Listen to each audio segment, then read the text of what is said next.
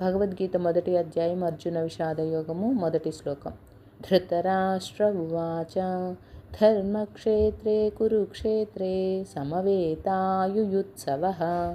మామకాః పాండవాశ్చైవ కిమకుర్వత సంజయ.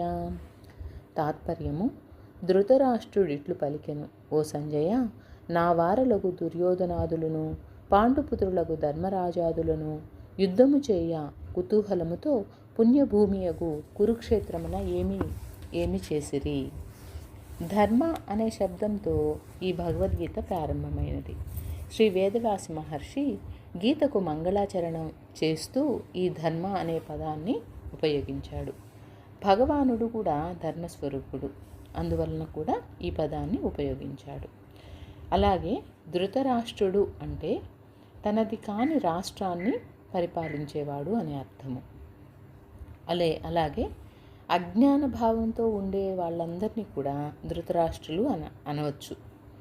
ఈ భగవద్గీత శ్రవణముచే మనలో ఉన్నటువంటి అజ్ఞాన రూప అంధత్వాన్ని రూపుమాపుకొనవచ్చును. అలాగే కురుక్షేత్రము అంటే చాలా గొప్ప పుణ్య ప్రదేశము. ఇది పంజాబ్ రాష్ట్రంలో అంబాలా అను పట్టణమునకు దక్షిణముగాను, ఢిల్లీ పట్టణమునకు ఉత్తరముగాను ఇది వెలయుచున్నది.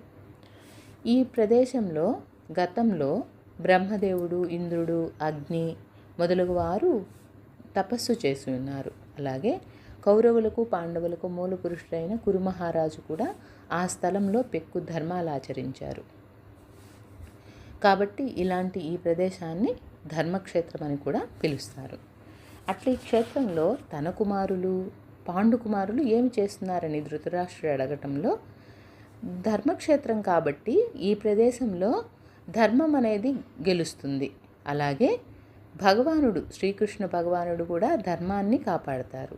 కాబట్టి ఒకవేళ పాండుపుత్రులైన పాండవులు విజయాన్ని సాధించారేమో, లేదంటే ఒకవేళ అలాంటి ధర్మ ప్రదేశానికి వెళ్ళారు కాబట్టి కౌరవుల్లో ఉన్నటువంటి రాజ్యకాంక్ష వదిలిపెట్టి వారు సంధి చేసుకున్నారేమో అనే ఉద్దేశంతో ఇలా అడిగారు. అలాగే నావారు అని కౌరవుల్ని ప్రత్యేకంగా చెప్పడం వలన వీరు ఆత్మీయులు, కానీ పాండవులకు కొంచెం పక్షపాత బుద్ధి పాండవుల పట్ల అలా వ్యక్తమవుతుందన్నమాట.